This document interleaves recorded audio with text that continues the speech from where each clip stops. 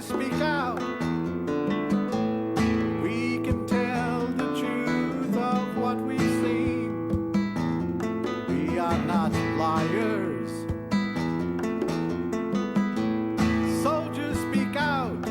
We have a duty to all children and to their futures. Soldiers speak out.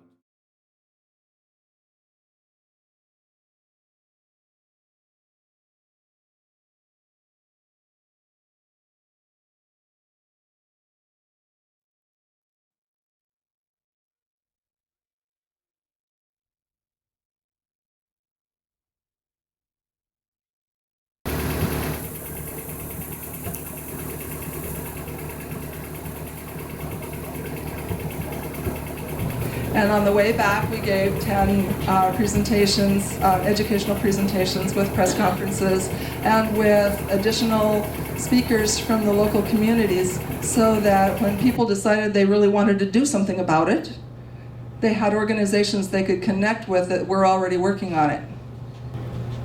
So the Golden Rule added sparkle to the Veterans for Peace National Convention. Turns out that one of those original crew members is alive, Orion Sherwood, and he came not only to the launch, but he also came to the VFP convention, and he got to sail the boat again. It was a big splash in San Diego, too. We were on 3 television stations when we came into port, and as a result of one of those TV stations, we had a woman who had sailed on the Golden Rule give us a call, and she says, "I have a copy of Burt Bigelow's book I'd like to give you." So we ran over there and had a little tea and visit. It was really wonderful to hear stories about what the Golden Rule had been up to in the time that we weren't part of it.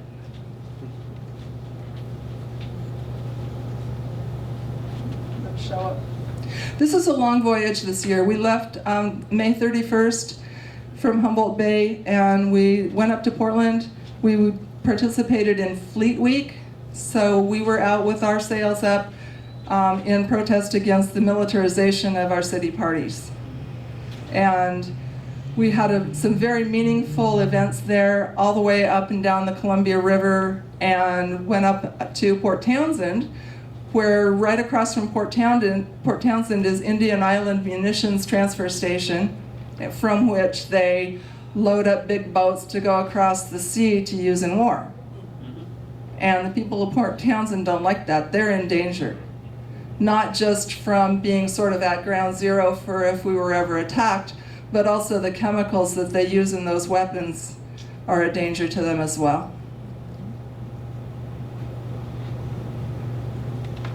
So this was in Portland. Yeah. We're going to give it to those big old Army warships. Navy warships. Okay. So this is the Indian Island action. We had 4 sailboats with us that day. When we do a similar action from the Ground Zero Center for Nonviolent Action in Poulsbo in front of the Bangor Nuclear Submarine Base, we'll have a lot more people in the flotilla. We'll have several boats that are bigger, and we'll also have some kayaks. So we'll have some kayactivists, and there's a neighbor that's going to let us launch into the water from her place. So it's going to be really convenient and fun and easy. So I encourage you to come out and watch or take pictures or just hang around. When is it? Date and time? August 9th. Nagasaki Day. Yep. August 9th. And the night before, on the 8th, we'll be doing some planning, making sure that we've got everything together, all the people together, exactly what time are we going to leave. But it's going to be a midday action because of the tides. So we want everybody to be safe. GZCenter.org has the information on their website, and it's also on VFPGoldenRuleProject.org. You can find it in our event section.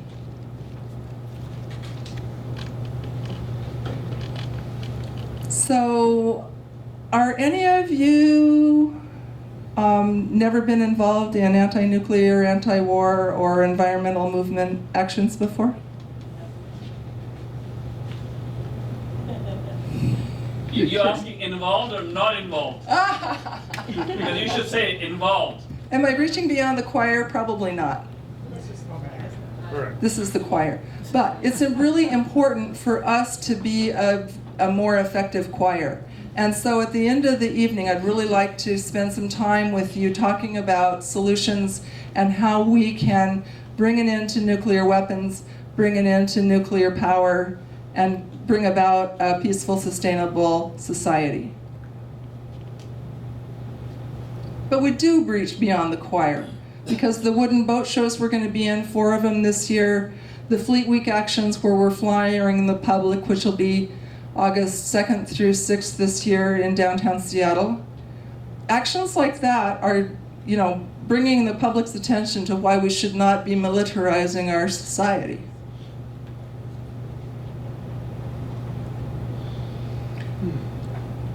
Our other speakers today are going to be talking about nuclear power. We're going to talk about the economics of nuclear power. We're going to talk about the meltdowns at Fukushima, and we're going to talk about closing the Columbia generating station. Hanford.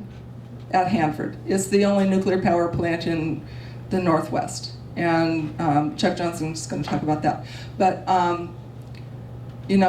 our mission, our core part of our mission is nuclear weapons and the whole nuclear industry. So it's important to recognize some of the other things that make us say, leave it in the ground. The 15,000 abandoned uranium mines that are leaking their ugly stuff into our water and our air, particularly in rural areas, which is why the EPA doesn't want to do anything about it, is because it affects fewer people per square mile. Then we've got the $1 trillion nuclear modernization problem. That money could be used in better ways. And this is causing a great instability in the nuclear balance that we have with Russia and China and other countries, and is threatening their ability to retaliate. Even the anti-ballistic missile systems affect their ability to retaliate, thus making other countries more likely to say, well, it's first strike or nothing. We don't need new nuclear weapons. I was really shocked when I found out that we were developing new nuclear weapons and new ways to deliver them. I thought that was all over with. But I was naive. We're developing 2 new nuclear weapons and 3 new ways to deliver them.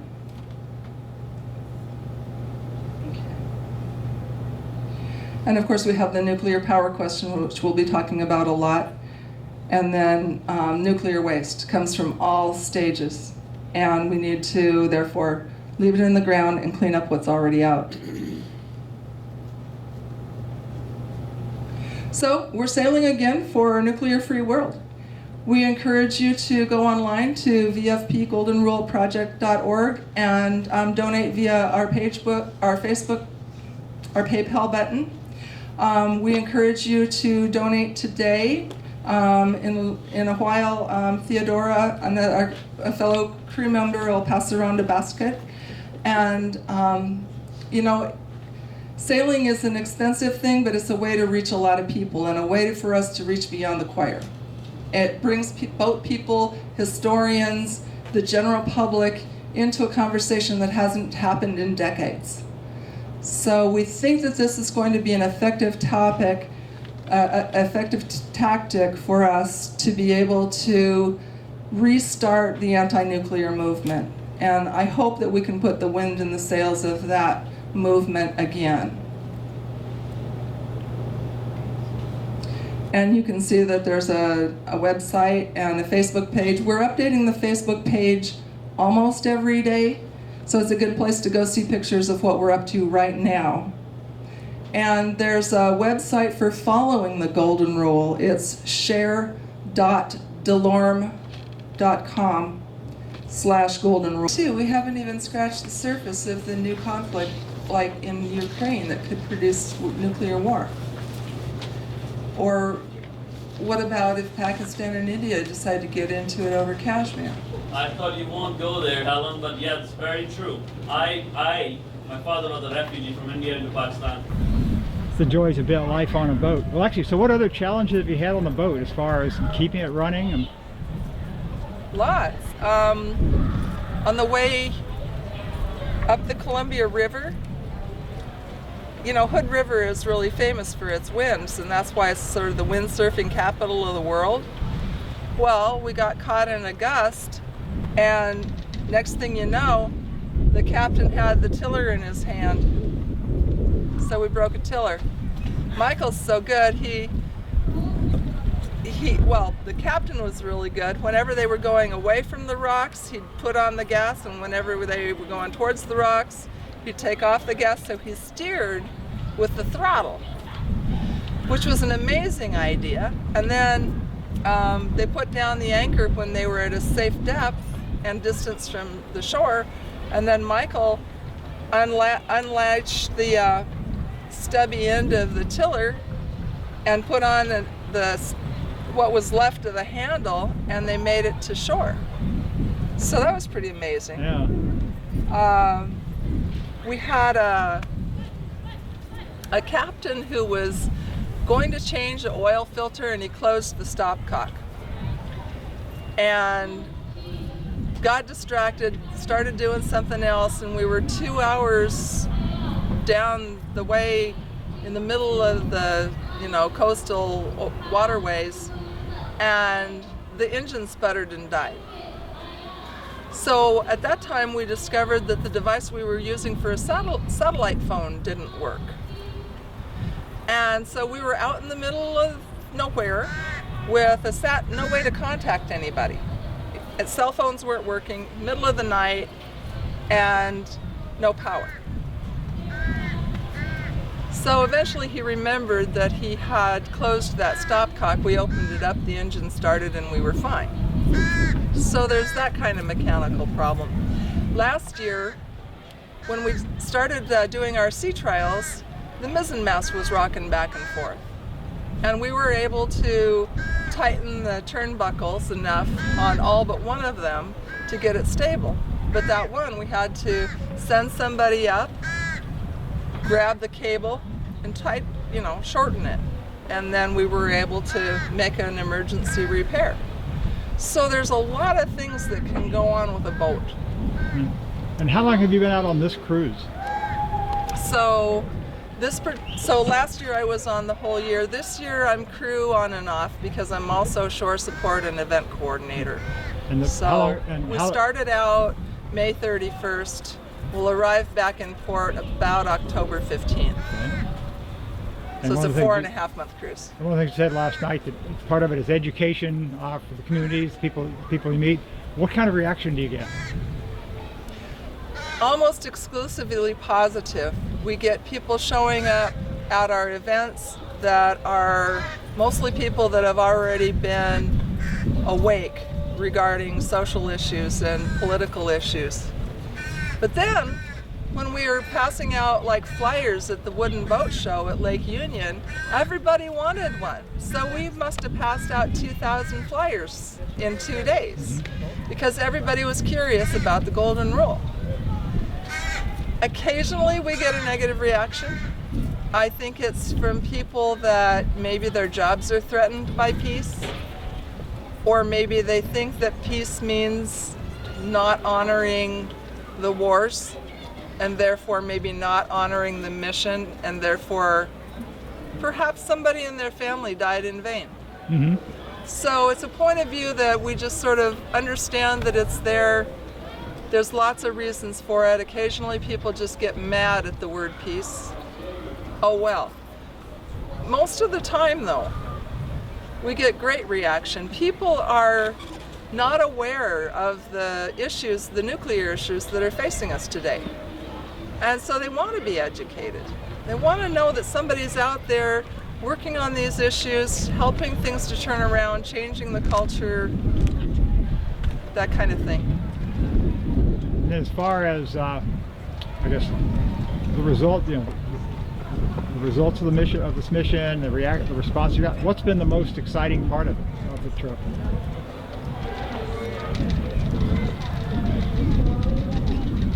Wow. To tell you the truth, for me, the most exciting part has been what we're doing right now. So we had a hole in our schedule, and the Indigenous Canoe Journey around Puget Sound was happening, and I started connecting with people that I knew, and then I started connecting with more people. Suddenly, we're out there north of Tulalip meeting up with a canoe that needed a support boat that didn't have one. And so we just showed up. And then the next day we supported a little bit, and the following day we were with a canoe that absolutely needed us. And we stayed with that canoe the entire rest of the trip, and even had a second canoe for a couple of days that we were supporting. So it turns out we were needed, and so we're connecting with the Indigenous people. Already get it. They already know about the dangers of radiation and how it affects them disproportionately in an environmental racism kind of way, because they live in rural areas and not highly dense populated areas so much. And so we're polluting their water sources and their air disproportionately. And so they already know that about the 15,000 abandoned uranium mines that are polluting their water and their air. They already know that we should not be building nuclear weapons. They already know that nuclear power is a bad thing. So they like to see us. They like to see Veterans for Peace.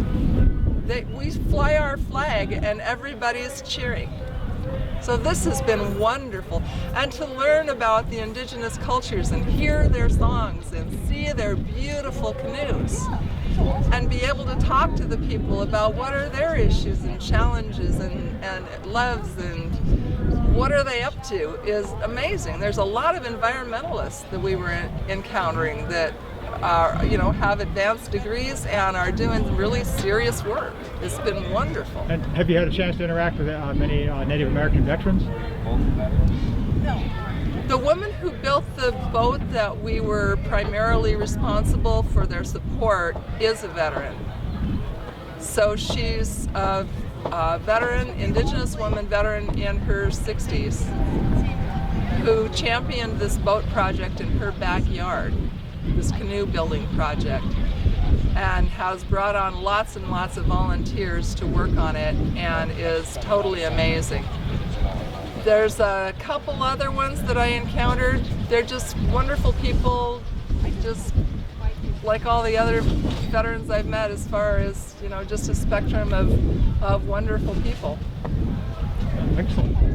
Okay, I think that's all I need as far as talking. What I might do is walk around and film the boat a bit, so I get a good shot of the flag. Okay, and as far as all the things that have gone wrong or needing fixed, I mean, you probably want to make that small, if not at all. It's our supporters don't really need to know about all the challenges that we have being a boat, because they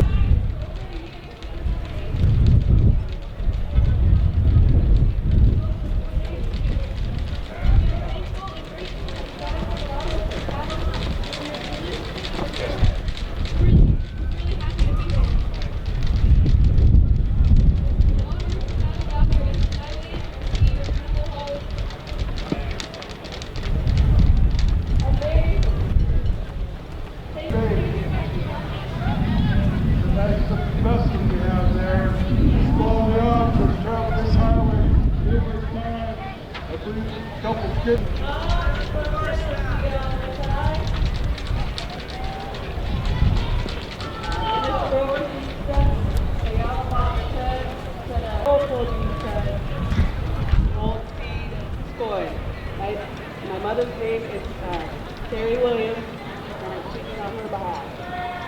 Asquadi Tabuchita. Asquadi Tabuchita.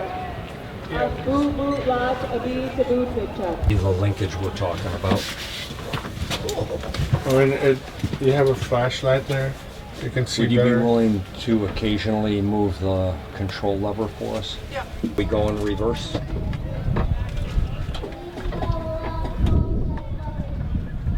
So when you were watching that, when I was doing it, we were trying to get the prop to work.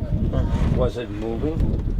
Every time I move it, did it move? Some of it moved and some of it was very strange. So Please move it again. Just call out what you're doing. Okay, forward to Let's go. beyond the spring, forward to 3,000.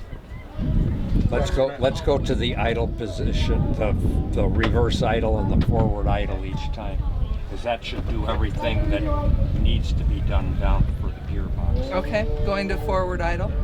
It's forward idle now. and this, what are you on now? Forward idle. Forward idle. And then it should.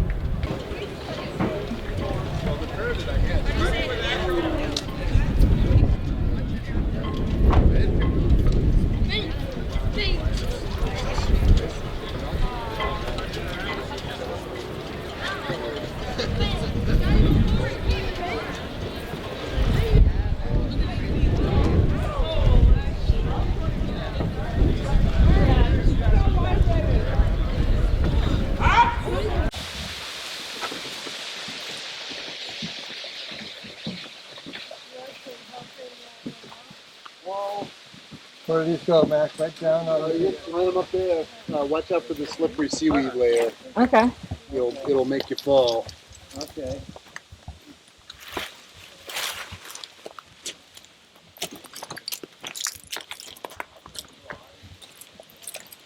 Wow. Oh, it's a wower, huh? Well, this is great out here.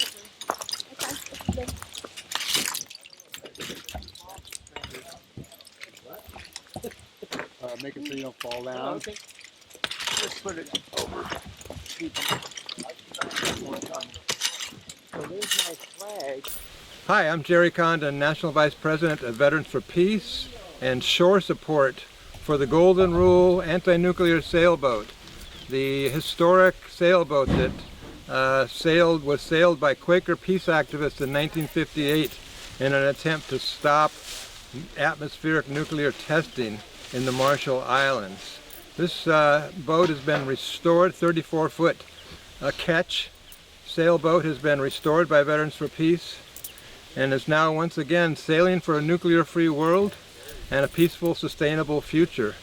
We're in the middle of a 4.5-month voyage throughout the Pacific Northwest, making stops in over 30 ports, networking with all kinds of peace groups, Veterans for Peace, Ground Zero Center for Nonviolent Action, many others who are struggling against nuclear weapons, against war, and also against oil, natural gas, coal, infrastructure, which is threatening the environment in the Northwest, as well as militarization of the entire Olympic Peninsula and Washington State. So we have a lot of places to focus our attention to. Today, we're right next to Bangor Trident Submarine Base, 20 miles west of Seattle. This is one of our most significant protest actions of our entire 4.5-month voyage, because we're going to be pointing the finger at the largest nuclear arsenal in the United States. About 1/3 of U.S. nuclear firepower is located right here at Bangor and on these 8 Trident nuclear submarines. There's enough nuclear firepower here to destroy pretty much all life on Earth, and which is obscene and a crazy strategy that's leading us closer and closer to the possibility of a nuclear conflagration. We're here to organizing this peace flotilla with the Ground Zero Center for Nonviolent Action, which is based right here next door to the submarine base. And we're hoping to bring more and more attention to the fact that this is here, and that it's time to take serious steps towards nuclear disarmament. because as many experts across the political spectrum are pointing out that the current U.S. foreign policy of permanent war and confrontation with Russia and China is bringing us closer than ever to the possibility of nuclear war. This is something we need to take very seriously. We have two major existential threats facing us right now. One of them is climate change, and the other one is the possibility of nuclear war. We have to take serious steps as humanity throughout the world to reduce and eliminate both of these threats. You need a boat, right? You need a boat and a vest. Yeah, and we can bring the, if you can, bring the bus. The bus van, the one that we got arrested with. Mary. Oh.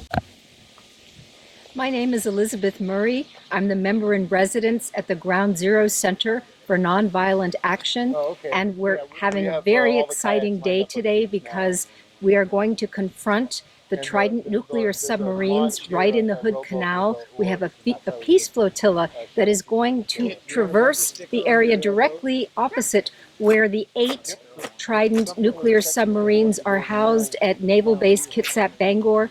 And we're going to be joined by the Golden Rule, which is the restored peace ship that is being sponsored by the Veterans for Peace, and it was instrumental in confronting the nuclear explosions in the Marshall Islands back in the 1950s, and it has been restored, and the Golden Rule is now joining with the Ground Zero Center for Nonviolent Action to confront Trident here as we commemorate the anniversary of the bombing of the people of Nagasaki. And so as we launch our kayaks and our flotilla today, we think of all the innocent victims and we think about the next generations. We have people here who are concerned about the safety of their grandchildren and the future generations. Because if the $1 trillion upgrade of these nuclear weapons goes forward, that means that these weapons, which have a life cycle of perhaps 40 years, and I'm talking about the new generation of Trident submarines if built, that means that many generations of children are going to have to live with the scourge of nuclear weapons. So we're here today to say nuclear weapons are unacceptable, they're illegal under international law, weapons of mass destruction are immoral, you cannot target just your enemy, we're going to kill everyone with nuclear weapons. So we're a small group today, but we're here to say no to nuclear weapons, and we hope that everyone will join us. And hopefully we can make this an annual event, which we like to call Boats by Bangor. Thank you. Hi, I'm Bernie Meyer, and I'm glad to be part of this flotilla to make a statement about nuclear weapons on the Hood Canal. Hood Canal is a large base, as you know, which could destroy the world if one of those submarines released the 24 missiles with up to 96 nuclear warheads on the world, creating a storm of black stuff up in the atmosphere, clouding out the sun. So I'm here to just take part and make that statement. This should not be here on the Hood Canal or anywhere else. I've been involved with this issue since 1974 in Colorado, where they made the nuclear trigger at Rocky Flats and put the nuclear triggers on nuclear bombs to be a part of Trident and other nuclear distribution centers, like B-52 bombers. And I've been part of Ground Zero since 1978. So after I raised my family in 1994, I joined the core community of Ground Zero, which is going through a transition. So from that time on, I've been arrested numerous times. I don't know how many. It was somewhere between 10 and 20 times at the gates on Creek Valley Road, crossing the line, risking arrest, being arrested, taken to court several times, and being charged, and quite a variety of trials in that. The last time I got arrested was on May 7th, Mother's Day weekend, 2016. So they take you to court, make the charge.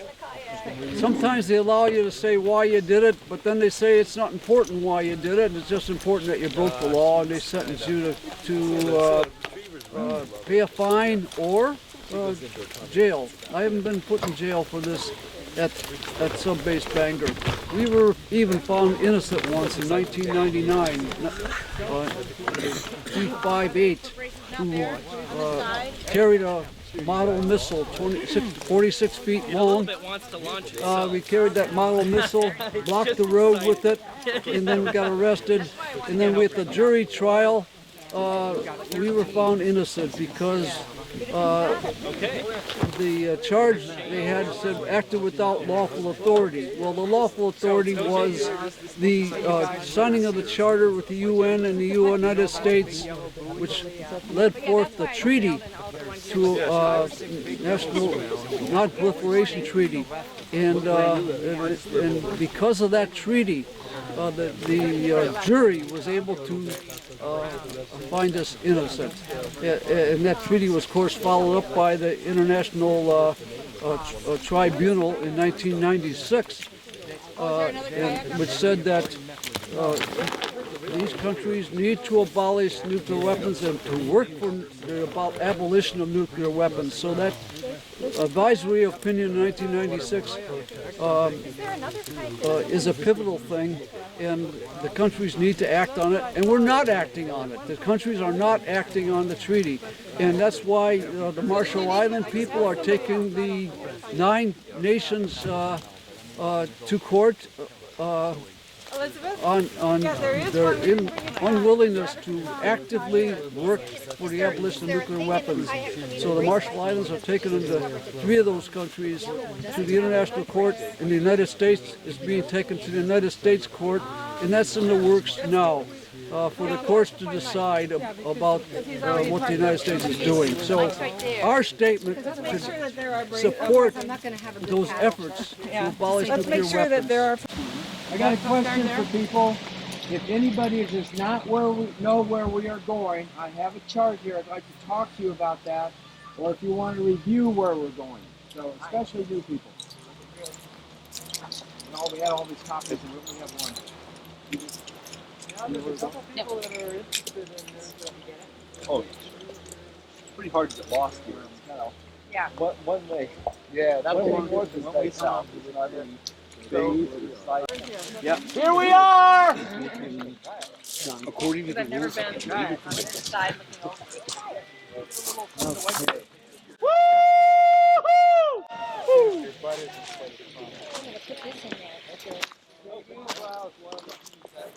I think they have been here. We have more It's all ready. We're ready to go.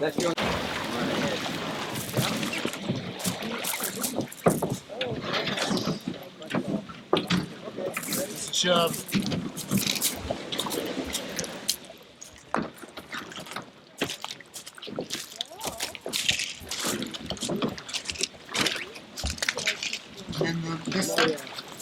Where's Carolyn? Right here. So after I drop her off, I'll hand off the whistle. Okay. No.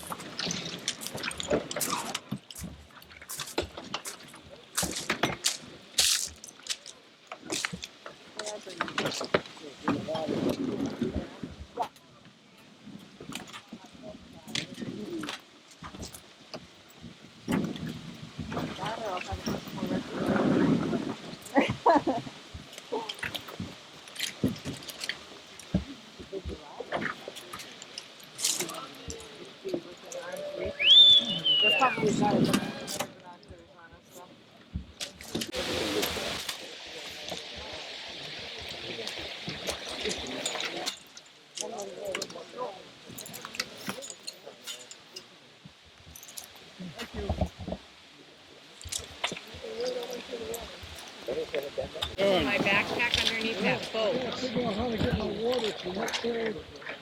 Yeah. You've got a pink sign on it.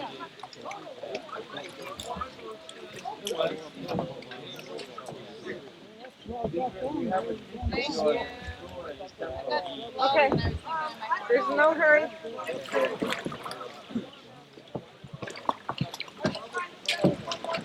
Except for my kayak, it seems to want to take off.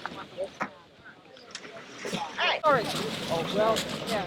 we're still looking for a way to get into the Dinghy is clear.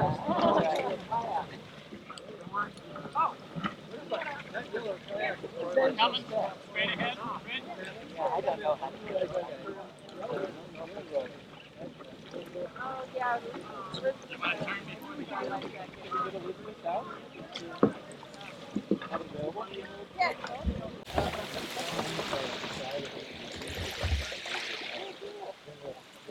push or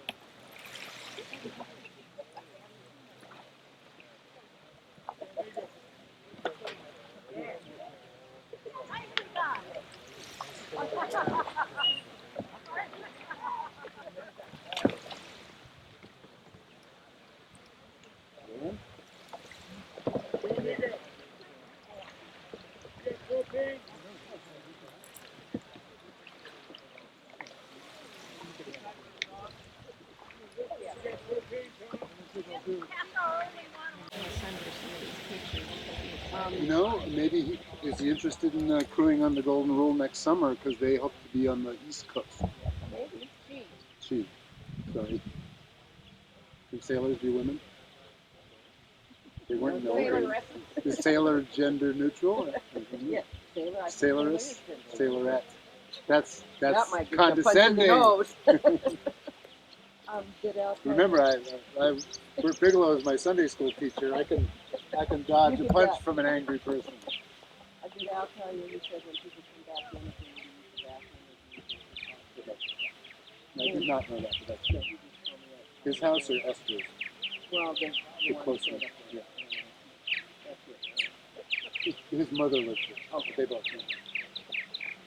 And he was standing up on the balcony of that house. That's his mom. Oh. And I'm wondering, I'm going to borrow the feet down.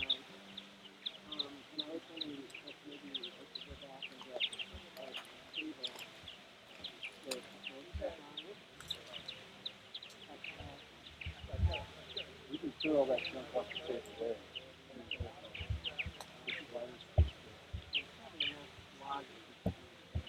Well, and I brought about 10 chairs from here. I brought them plastic lawn chairs. Oh, okay. So my next task is to go up and move stuff down. We just brought a cooler. Yeah. So we can transfer stuff into that. Oh, we didn't bring those drinks. That cooler. There was a cooler. Yeah, good morning. My name is Mac Johnson. We're at King's Spit on Hood Canal, just south of the Bangor Sub Base, which is home to 8 nuclear submarines with approximately 1,300 hydrogen bombs deployable. They load them off the shore onto the boats, and they load them back on and store them when they're not on patrol. I live just down the Hood Canal. My wife and I are recently retired high school teachers. After 33 years, we threw in the towel, and I plan to be spending a little bit more time in anti-nuclear volunteerism. Here's one piece of evidence. We had our annual Hiroshima and Nagasaki demonstration at the main gate of Bangor yesterday, and through diligent preparation and deployment of banners, 4 of us were able to block the road for a total of about 2 minutes. And we each got a $68 traffic citation. This says, pedestrian on roadway unlawfully. So some of us plan to contest this in a mitigation hearing. We will introduce testimony to the court, the court audience will probably consist of a few of our friends, the judge, the recorder, and nobody else. And they've already heard our story and agreed, but haven't joined us yet. But we will introduce into the public record testimony that nuclear weapons are illegal, cannot be used without devastating the earth and threatening all life on the planet, and they're just downright not nice. So at times I wonder about the efficacy of our actions, but I'm really proud that I did this, especially when we had a talk from a guy who's probably going to prison for a trespass and refusal to follow instructions of an officer down at the Nevada test site. So it's a lovely day here on Hood Canal, fine summer weather, high of 68 degrees, and it won't be raining unless it does. We have recently launched 14 kayaks, 2 sailboats under power, and I got to run a rowboat shuttle out there and row for the first time in several years. Only bumped into a couple of things. Everything's going real smoothly. Though those of us on the shore will be trying to entertain ourselves for about 3 hours while they sail north past Bangor, paddle back. Hopefully nobody goes in the water because Hood Canal is guaranteed hypothermia, but it's going to be a good time. So I have been bringing essential peacemaking supplies. Not everybody uses these, but I'll drink their share just so that nothing goes to waste.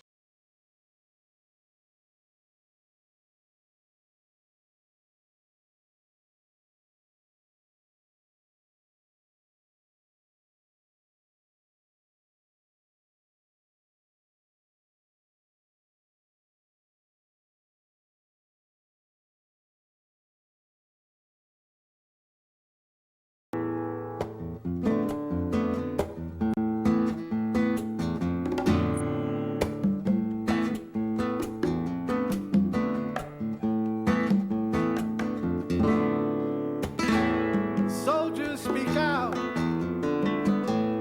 We can tell the truth of what we've seen. We are not liars. Soldiers speak out.